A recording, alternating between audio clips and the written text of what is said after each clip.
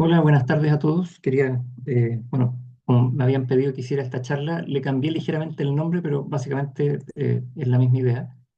Eh, Quería hablar un poco de las semillas tradicionales y cómo guardarlas para promover un poco su diversidad agrícola. A ver si en la medida que voy hablando, si tienen alguna duda, les sugiero que me vayan preguntando o si no, al final de la charla vamos conversando y juntando algunas preguntas. Eh, bueno, primero partir contándoles que soy, bueno, Ricardo Pertusella, ya me presentaron, pero trabajo en la Facultad de Ciencias Agronómicas de la Universidad de Chile, soy ingeniero agrónomo y llevo un buen rato ya trabajando en temas de semillas, de producción de semillas y en temas de producción de hortalizas en particular. Y en la facultad manejamos un huerto, me toca trabajar con grupos de estudiantes con huertos, agricultores que han tenido o producciones de hortalizas y también con huertos en distintas partes de Santiago, de ciudades donde instalamos estos huertos en distintos formatos. Entonces, quería contarles un poco de cómo se insertan estos huertos en este sistema y cómo de alguna forma eso genera un círculo virtuoso que vamos a ir tratando de conversar. Entonces, a ver si me funciona esto aquí. Ahí sí. Lo primero que quería contarles un poco y que lo tratáramos de conversar un poquitito, si lo que ustedes ven ahí, eso que están viendo ahí, es una semilla de maíz. Sin embargo, nos hacemos la pregunta si es que esto es un grano o una semilla. Cuando le damos de comer a los pollos, tenemos un grano. Ese grano tuvo ciertos cuidados, pero si nosotros quisiéramos sembrar ese grano y tratar de conseguir que obtuviéramos una planta de eso, va a depender de las condiciones en que lo hayamos guardado. Por lo tanto, esos granos no necesariamente son una semilla. Hago esa diferencia porque es muy importante que entendamos que la semilla, o lo que consideramos como una semilla, es un órgano vivo y como tal necesitamos cuidarlo. Por lo tanto, no cualquier grano es una semilla. Si yo tengo una semilla que fue cosechada y está lista para poder ser sembrada, tengo que cuidarla como si fuera un organismo vivo. Por lo tanto, tengo que darle resguardo y cuidado de tal forma de poder asegurarnos de que esa semilla llegue a buen término y sea capaz de germinar. Si yo la trato mal, si la pongo a exceso de humedad, si la pongo en exceso de calor, esa semilla no va a lograr germinar y va a perder su calidad de semilla y por lo tanto se va a transformar en un grano que puede ser un alimento, puede transformarse en harina, puede transformarse en alimento de un animal o incluso poder utilizarse para alimento humano, pero no va a ser capaz de germinar y por lo tanto no va a ser considerada una semilla. Cuando nos vamos a la literatura y a la legislación chilena, hablamos de semilla no solamente a aquellos que vienen desde una flor, es decir, nosotros sabemos hoy día que las semillas vienen desde una polinización y se forma en la flor una semilla. Incluso si tomamos un fruto, ¿cierto? Abrimos una manzana y nos encontramos con las pepas de esa manzana. Esas pepas son semillas botánicas. Sin embargo, en la ley agrícola chilena definen a la semilla como cualquier grano, tubérculo, bulbo, cualquier tipo de material que sirva para poder propagar esa planta en particular. Y hablamos de que puede ser por reproducción sexuada o asexuada, es decir, puede ser por el cruzamiento de un polen con una flor, ¿cierto? La parte femenina, o simplemente por alguna parte de la planta. Les doy un ejemplo, un frutal, por ejemplo, en vez de propagarse por semilla, se propaga por planta. Yo propago una planta, le saco a veces un injerto a una planta, un pequeño pedacito de madera y lo pongo en otra planta y de una misma planta puedo sacar muchas yemas y esas yemas las transformo en plantas. Esas serían de alguna forma las semillas de los frutales que yo estoy transformando en materiales de propagación. Entonces, conceptualmente el concepto de semilla agrícola es el mecanismo que yo uso para propagar una planta en particular. Digo eso porque el tópico de esta charla en particular quiere hablar de estas semillas tradicionales o las variedades tradicionales. Y bueno, cuando hablamos de variedades tradicionales, también entendemos que existen otras que no lo son, y por lo tanto las definimos como el opuesto, que en este caso serían semillas comerciales, que han sido seleccionadas por un mejoramiento formal. Eso quiere decir que ha habido un agrónomo o algún investigador dedicado exclusivamente a la mejora de ese material y transformarlo en una variedad en particular. Una variedad que tiene ciertas características, ciertas particularidades que la hacen ser comercial y se vende en el mercado. Y por el contrario, estas semillas tradicionales, la verdad es que han tenido un proceso de desarrollo distinto, un proceso en el cual ha sido seleccionada, pero ya no por un mejorador o por un científico, sino que por un agricultor que vive en una localidad en particular, y esa localidad tiene ciertas condiciones ambientales que la hace ser muy interesante, Y al ser interesante en la localidad en particular, se busca que de alguna forma esa localidad tenga ciertas condiciones que van a hacer que la planta que el agricultor seleccione se adapte a esas condiciones y el agricultor va a elegir aquellas plantas que son mejores. Y no solo eso, sino que además el agricultor va a tener una cierta cultura, una cierta religión, una cierta tradición, va a preparar con esa planta que está cosechando algún determinado tipo de producto. Y eso hace que de alguna forma las plantas que él selecciona tienen una particularidad y una necesidad muy particular. Y eso hace que finalmente nosotros definamos a esta variedad tradicional con algunas características particulares, muy específicas, que son el cúmulo de todas estas cosas anteriores. Es decir, es una planta que ha sido seleccionada por el agricultor para un lugar en particular y en base a las tradiciones y las características que tienen esas personas. Y obviamente esta variedad ha sido cultivada de generación en generación entre los agricultores de esa zona en particular. Por lo tanto, hoy día sabemos que tenemos una semilla, que esta semilla es un material vivo y que junto con la semilla además existe una historia detrás de eso. Les cuento un caso particular, un poco para poder entender un poco cómo funciona este sistema. La foto que ven acá es la foto de un tren. Ese tren particularmente es el tren que antiguamente había y que de hecho hoy día fue restaurado, que es el tren que comunica Arica con La Paz. ¿Por qué me mencionan Arica con La Paz? Dirán ustedes. Bueno, básicamente porque ese tren de Arica a La Paz probablemente fue el que trajo desde Bolivia hasta Chile este tomate poncho negro. Es un tomate que viajó desde Bolivia hace más de 70 años por este mismo tren en algún minuto cuando estaba operativo. Hoy día ese tren desde el 2013 se volvió a reinstalar, pero solamente para carga. Y ese tomate se adaptó y se instaló en el Valle del Yuta, donde muchos agricultores empezaron a cultivarlo y se dieron cuenta que en condiciones particulares de Utah es un valle bastante complejo para la agricultura porque tiene muchas sales. Como tiene muchas sales, no todo crece en condiciones normales en ese valle. Pero este tomate en particular, que tenía particularmente este poncho alrededor de los hombros, y por eso le llamaron poncho negro, si se fijan, es un poco más clarito hacia abajo, pero tiene este poncho marcando los hombros del tomate.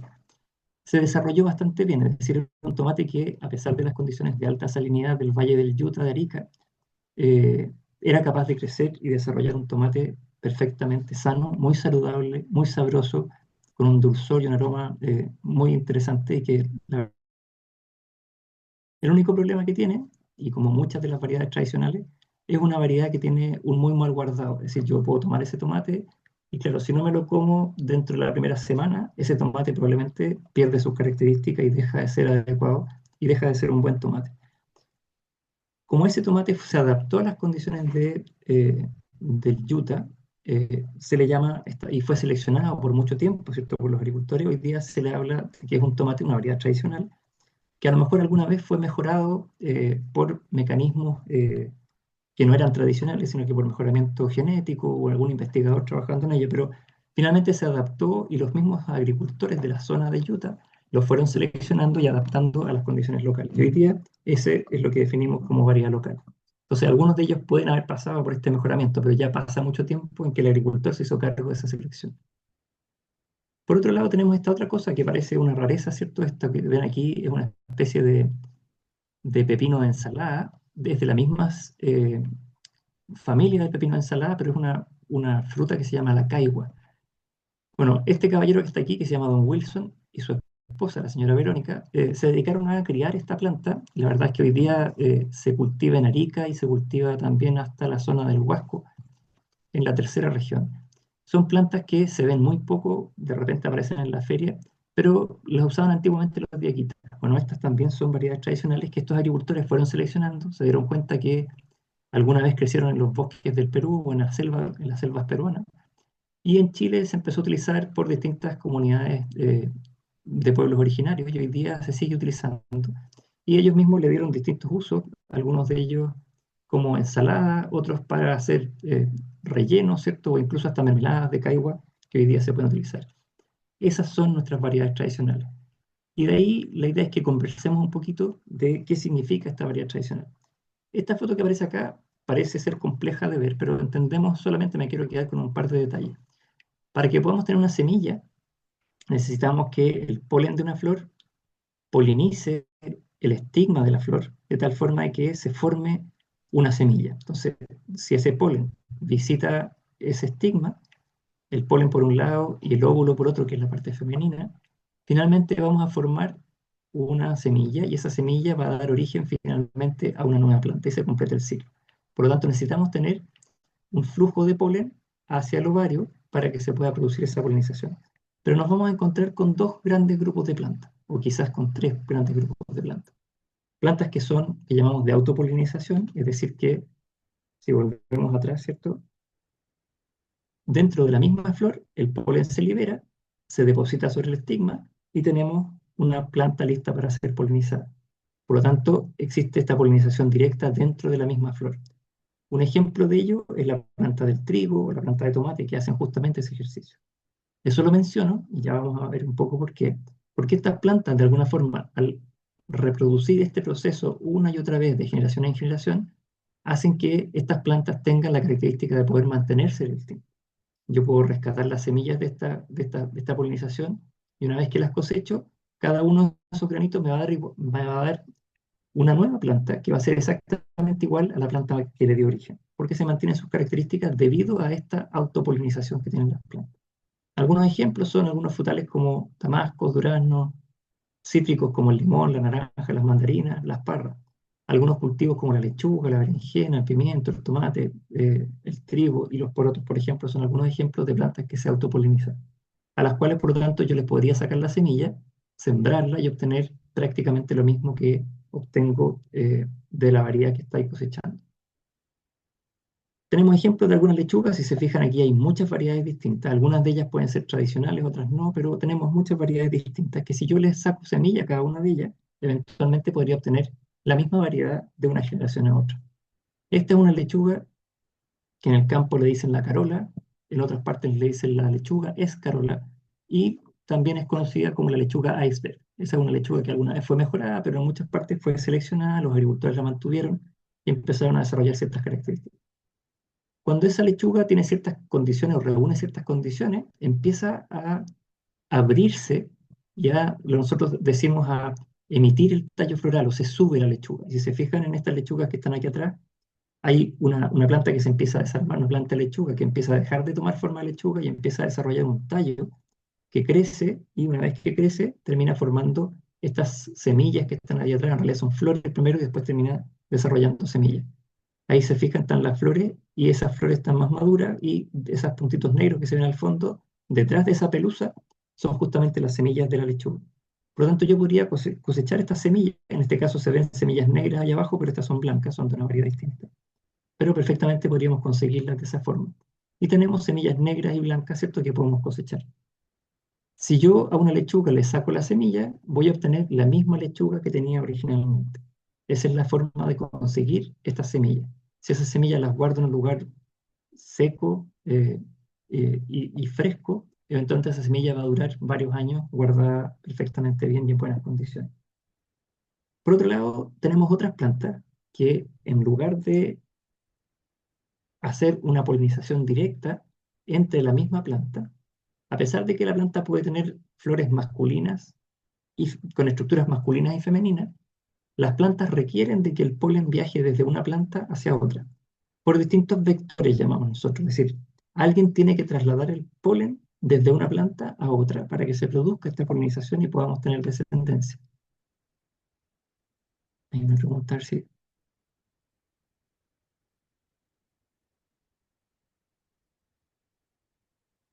mejoró el audio, perdón. Entonces les decía que para poder producirse esta polinización cruzada, algo o alguien tiene que llevar el polen de un lado a otro de las plantas. Ya sea el viento, o las abejas, o algún otro tipo de movimiento permite que el polen mueva esta polen de un lado a otro. Esta planta tiene que ser de la misma especie de esta otra planta. Plantas de especies distintas no se cruzan. Por lo tanto, si yo tengo una planta de maíz morado y tengo una planta de maíz amarillo, ¿cierto?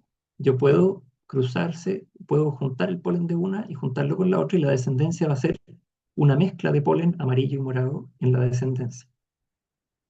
Pero no podría tomar una planta de trigo, llevar el polen a la planta de maíz porque son especies distintas que no se cruzan. Entonces necesariamente tienen que ser plantas de la misma especie.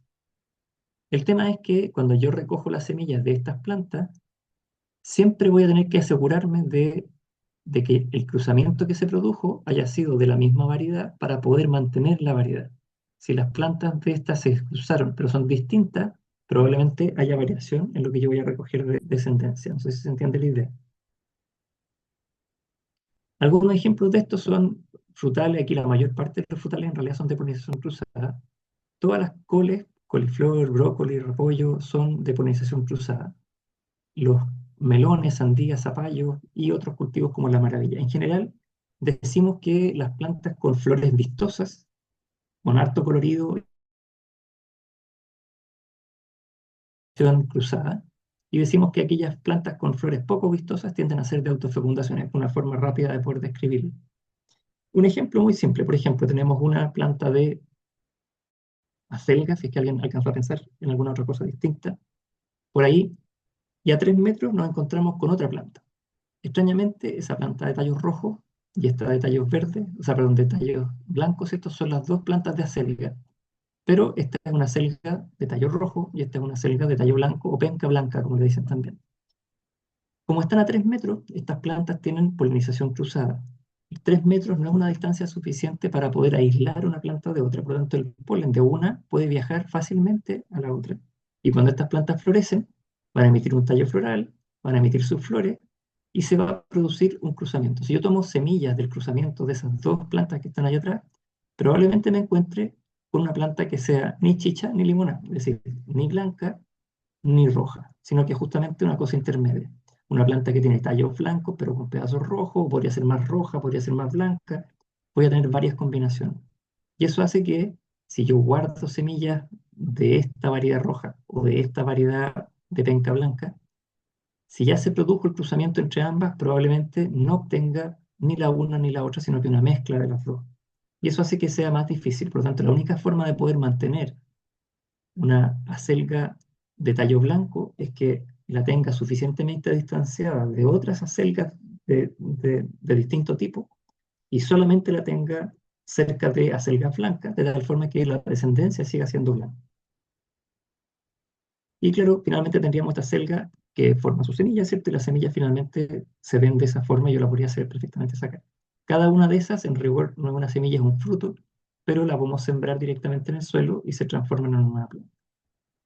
Entonces nos encontramos con estos dos tipos de plantas, plantas de autofecundación o autopolinización y plantas de polinización cruzada. Si se fijan, en este caso, bueno, no se ven las flores, pero cada una de esas espigas del trigo corresponde a una flor y nunca tienen un color vistoso. Por otro lado tenemos el maíz, que tiene la flor femenina por aquí abajo y la flor masculina por allá arriba. Esta planta es de polinización cruzada. El polen puede caer sobre esta mazorca, pero también podría caer sobre la mazorca del lado. Por lo tanto, es más difícil que polinice. Si tuviera una flor vistosa, además sería eh, por cruzamientos entomófilos, en este caso por insectos. Pero en este caso es el viento el responsable de trasladar el polen. Tenemos autopolinización, polinización cruzada, y hay un tercer grupo, que es el que llamamos de reproducción vegetativa. La frutilla, por ejemplo, tiene la característica de poder cruzarse con otras plantas, pero la forma de reproducir la planta es a través de pedacitos de planta. La planta forma pequeños hijos, tiene unos, llamamos unos tallos que se elongan y depositan un hijo sobre el suelo, ese hijo enraiza y una vez que enraiza, lo cortamos y lo propagamos. Por lo tanto, son los que van a dar origen a la nueva planta. Entonces, las plantas con reproducción vegetativa se reproducen por la estructura vegetativa y se mantienen de esa forma, pero sin que se crucen necesariamente. Entonces, el hijo de esa planta de frutilla es el estolón o esta plantita y la reproducimos directamente por esta reproducción vegetativa que mantiene las plantas. Pero si yo le saco las semillas, y las semillas de la frutilla son cada una de las semillitas que están ahí pegadas al fruto que vemos acá, esas semillas van a dar origen a plantas completamente distintas porque fue producto del origen de cruzamiento de muchas otras. Entonces, en resumen, plantas que son de autopolinización, yo puedo mantener la variedad porque se mantienen en el tiempo. Plantas de polinización cruzada, eh, solo se pueden mantener como variedad si es que las mantengo aisladas, porque si no las tengo aisladas, probablemente la descendencia sea distinta de la variedad que yo tengo original. En las de reproducción vegetativa, mantengo las características de la planta solo si es que manejo la reproducción a través de estas estructuras vegetativas, como si yo a una planta de parra, ¿cierto? Le corto una patilla, la entierro en el suelo y la hago enraizar. Cuando esta enraiza, la planta de parra da la misma fruta que daba la planta original, porque lo que estoy haciendo es una propagación vegetativa, no hubo un cruzamiento asociado a eso. Entonces nos encontramos con distintos tipos de materiales, y aquí no me voy a detener mucho porque esto lo tenía pensado para otra cosa, pero hablamos de plantas de autofecundación, le llamamos líneas puras. Esas líneas puras se mantienen en el tiempo y no cambian de una generación a otra. Plantas de polinización abierta o de polinización cruzada, ¿cierto? Solo se mantienen si se mantienen aisladas y se contaminan si es que están cerca de otras de la misma especie. Y hablamos de un tercer grupo que es una variedad híbrida, que es una variedad donde yo tomé dos variedades líneas puras y las cruzo una con otra. Y eso lo hacen algunas empresas comerciales para poder vender un material que tiene características muy particulares, que tienen características muy uniformes en las plantas, pero la descendencia de eso no sirve porque se va a eh, dividir demasiado. Imaginémonos de esta forma. Tengo dos claveles rojos, los dos claveles rojos son lo que llamamos una línea pura, es decir, tienen características homogéneas que no cambian en el tiempo. Si yo cruzo esos dos claveles rojos, la descendencia va a seguir siendo roja, y si yo le cosecho las semillas a ese clavel rojo, voy a seguir obteniendo plantas rojas todo el tiempo. Lo mismo pasa si yo tomo claveles blancos. Tomo dos claveles blancos, los cruzo, voy a obtener claveles blancos. Si los vuelvo a cruzar entre ellos, voy a seguir obteniendo claveles blancos. Lo que pasa aquí es lo siguiente. Yo podría producir una cosa intermedia. Si cruzo un clavel rojo con un clavel blanco, yo esperaría que si es que fuera uno más dominante que el otro, serían todos rojos, o bien podría tener una condición intermedia. Y efectivamente en este caso pasa eso. O sea, yo tengo un híbrido que llamamos, que vendría siendo este grupo híbrido de acá, que es la mitad del rojo y la mitad del blanco. Eso hace que ese híbrido yo lo puedo cosechar. Si me gusta mucho, quiero guardar sus semillas, y si guardo las semillas de ese híbrido, resulta que me encuentro con el problema de que ese híbrido va a dar como descendencia plantas rojas, plantas rosadas y plantas blancas. Por lo tanto, no va a mantener las características de esta variedad que es la que yo seleccioné. Entonces, muchas empresas comerciales lo que hacen es desarrollar plantas híbridas de este tipo, de tal forma de que el agricultor no guarde la semilla, sino que vuelva a comprar todos los años de esta semilla.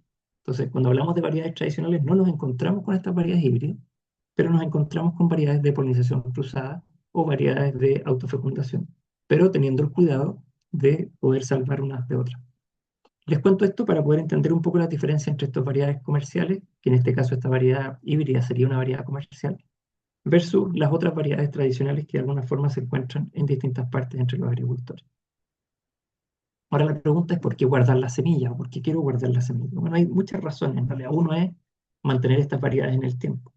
Estas variedades se mantienen por distintas razones, entre ellas porque yo quiero tratar de mantener estas variedades porque las he usado en distintas recetas, porque me gustan, porque se adapta bien a mi zona, porque la quiero intercambiar con otras personas y a todos nos gustan estas características en particular. Queremos conocer otros materiales que hay dando vueltas y tratamos de intercambiar. Algunos los usamos para hacer zapallos dibujados, ¿cierto? Ahí, si se fijan, hay un zapallo chico ahí entre medio, simplemente como adorno. Otros porque les gusta cocinar con zapallos, zapallos de distintos tipos. Simplemente mantener la diversidad. Y el día de mañana, si yo quisiera hacer un mejoramiento genético, tengo esta diversidad que me permite seleccionar materiales específicos que tengan características particulares y que eventualmente nos ayuden a mantener la agricultura en el tiempo. O bien simplemente conservar las tradiciones que la gente tiene con ciertas cosas.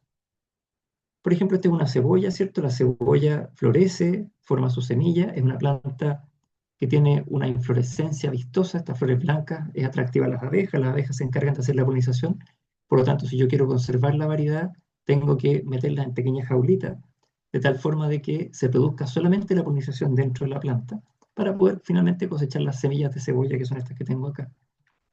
En la zanahoria pasa algo parecido. Las semillas de zanahoria tienen estas zanahorias que pueden ser naranjas, ¿cierto? Se suben, forman sus flores, las abejas las polinizan, hasta que finalmente yo cosecho. Incluso podría tener variedades distintas, pero tengo que asegurarme de que estén todas aisladas. Y finalmente cosecho, bueno, eso se seca. Una vez que se seca, esas semillas se forman y tenemos mucha paja que hay que limpiar, ventilar, hasta que conseguimos las semillas de la zanahoria. Se limpian con un ventilador, con un arnero, con distintos formatos que me permiten sacar solo la semilla y no el resto de la paja que me va a estorbar para guardarlo de una temporada a otra. En el caso de una flor se hace lo mismo. Yo conservo características de estas flores, la dejo secarse, una vez que se seca, le extraigo la semilla, la echo en un sobrecito, ¿cierto? Finalmente extraigo el material que recogí, lo soplo con algún ventilador o simplemente a pulso, ¿cierto? Y yo finalmente obtengo una semilla de cosmos, que son variedades de colores. En este caso, si tenía flores blancas y rosadas en el mismo campo, probablemente lo que yo obtengo acá es una mezcla de semillas blancas y rosadas, justamente por esta combinación que se da en el campo. Si fueran todas blancas, esas semillas probablemente serían blancas, pero el cosmos, al igual que otros cultivos atractivos de flores, es una planta de polinización cruzada y por esa misma razón va, entre comillas, no sé si degenerando, pero finalmente manteniendo esta diversidad en las plantas. Si nos vamos a meter a los pimentones, ¿cierto? O al ají, nos vamos a encontrar con que la forma de sacar la semilla es distinta. Si se fijan en esta foto anterior, tenemos frutos verdes, amarillos o medio verde amarillento, rojos, muy rojos, unos morados y de muchos colores distintos. Bueno, en el caso del pimiento y del ají, la forma de cosecharlo y de asegurarse es que el pimiento tiene que estar lo más maduro posible. Por lo tanto, muchos de estos colores corresponden a colores intermedios, que no son colores finales en el fruto. Tenemos que esperar a que el fruto esté completamente maduro, como este rojo, para poder cosecharlo. En el caso del ají pasa lo mismo.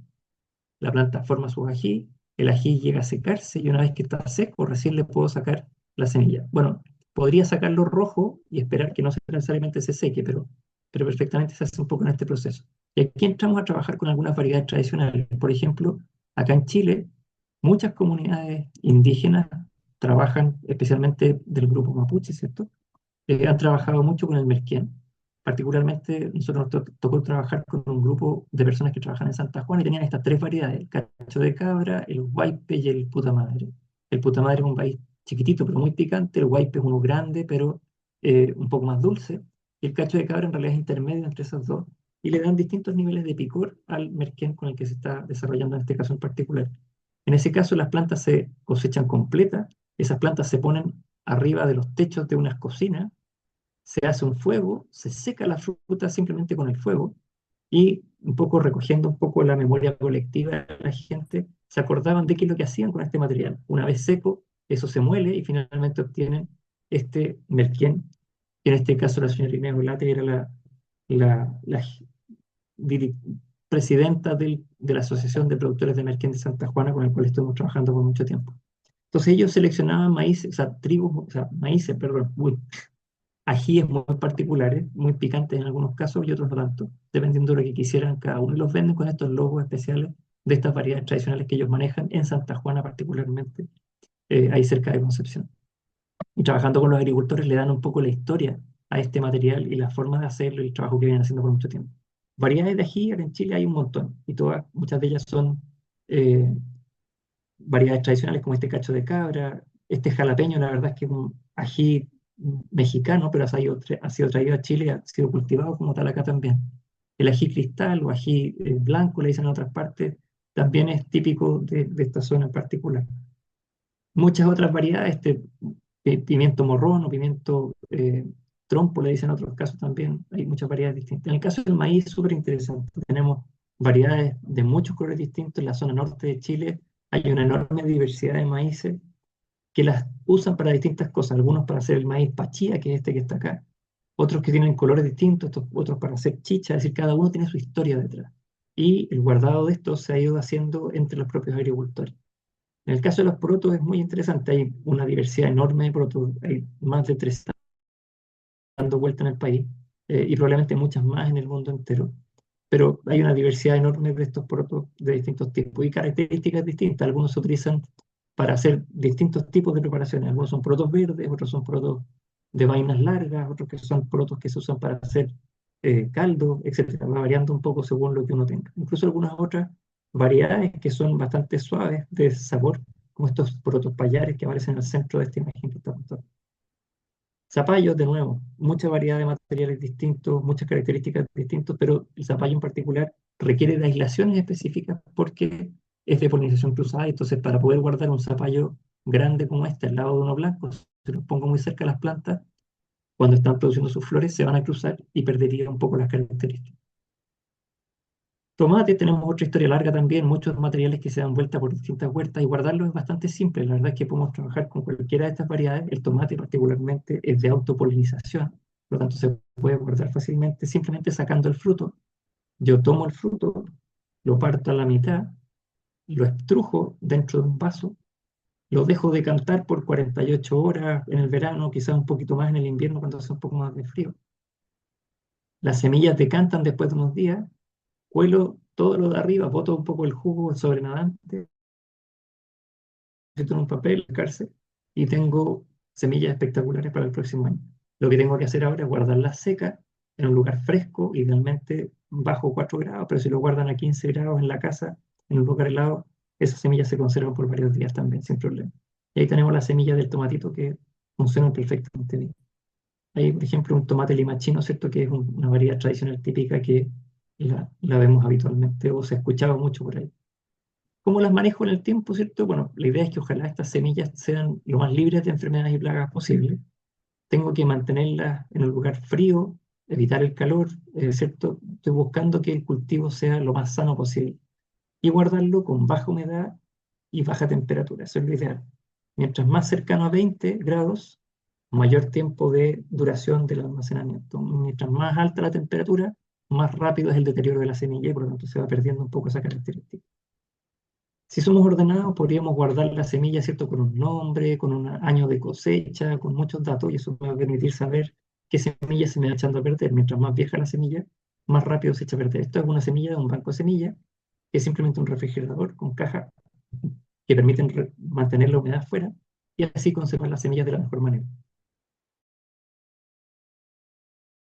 Tienen en el campo y se intercambian en cultores, entre estudiantes, entre dueños de casa, entre huerteros de distintos tipos en todas partes del país. En Yumbel, en el sur, ¿cierto? En Puerto Varas, en Santiago, eso es en Puerto Varas también. Estudiantes en Santiago, eso es acá en la Facultad de Ciencias Agronómicas. Y finalmente mostrarles, ¿cierto?, que la pega del que le gusta guardar semillas y hacer una huerta es conservar, compartir y caracterizar un poco estos materiales con los que trabajamos.